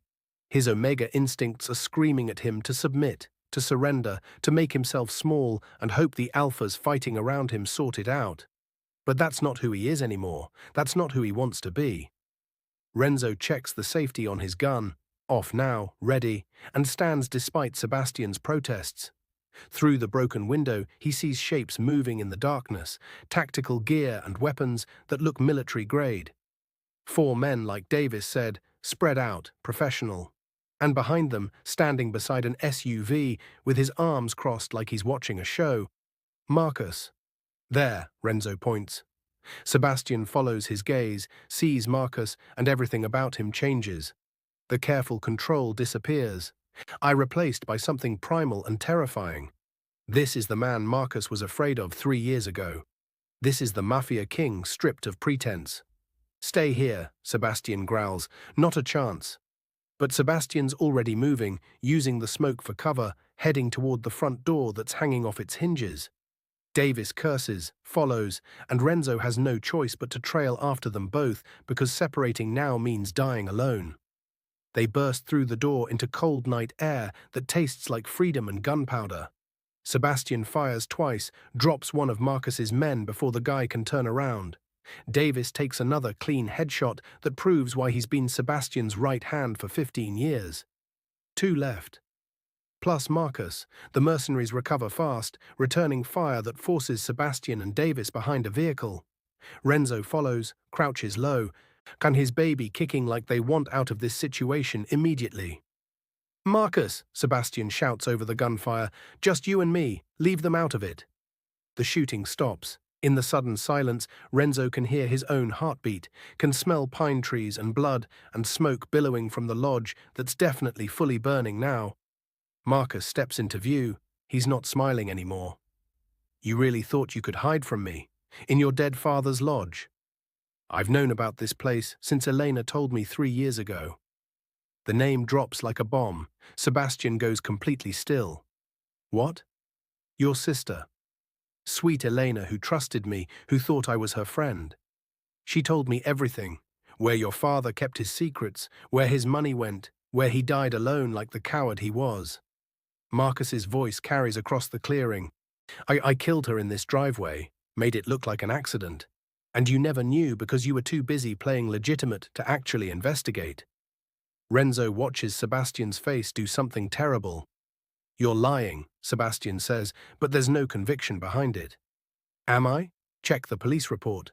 The skid marks started here, right where we're standing, not up on the main road where they said.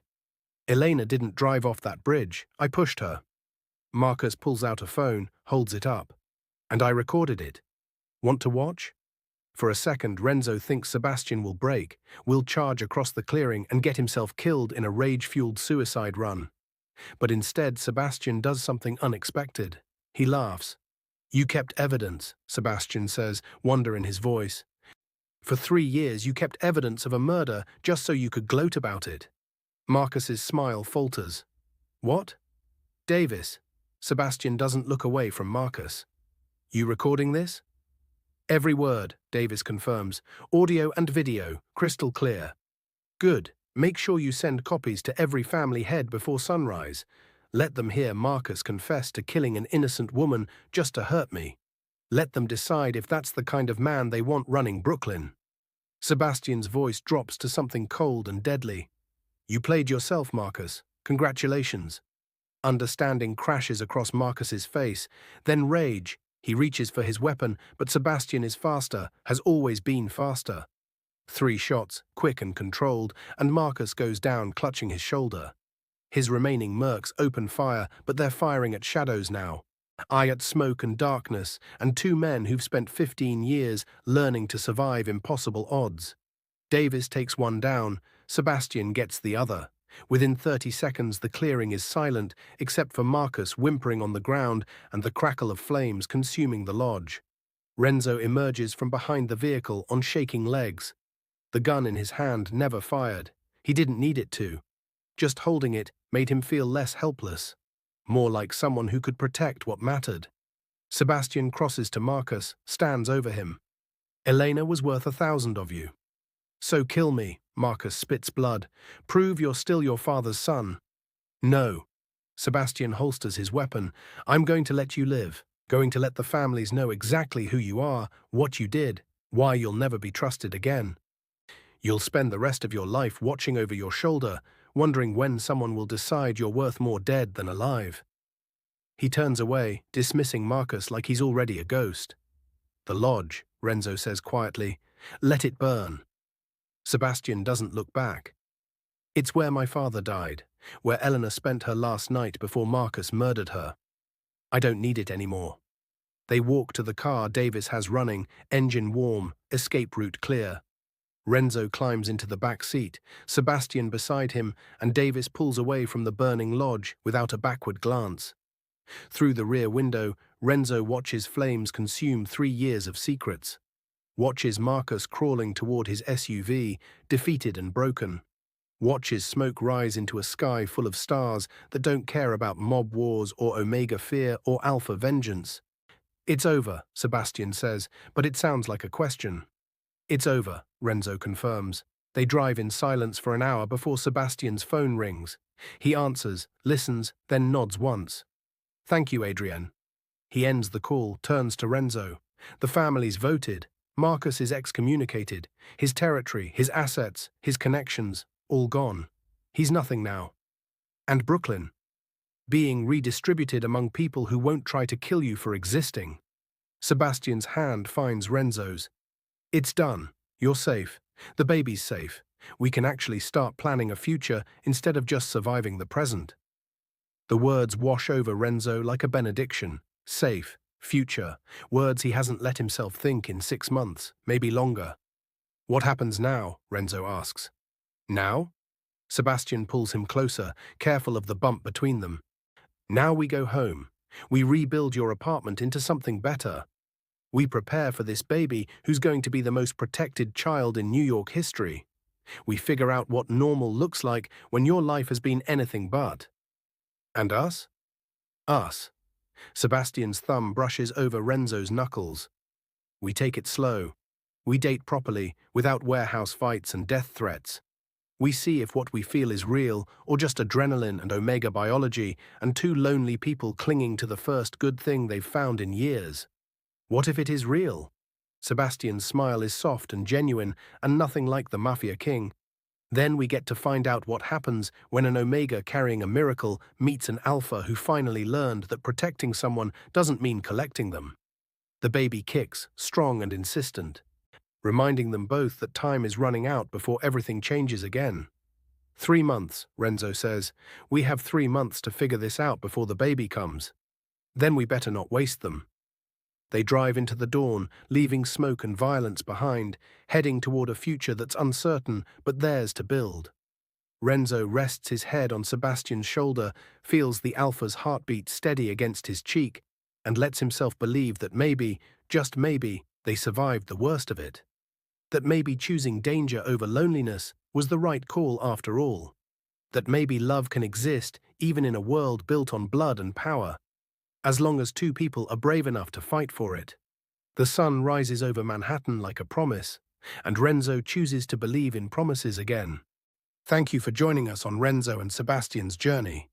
If this story moved you, inspired you, or made you believe in second chances, please subscribe to our channel and turn on notifications so you never miss another story that celebrates love, resilience, and the courage to choose hope over fear.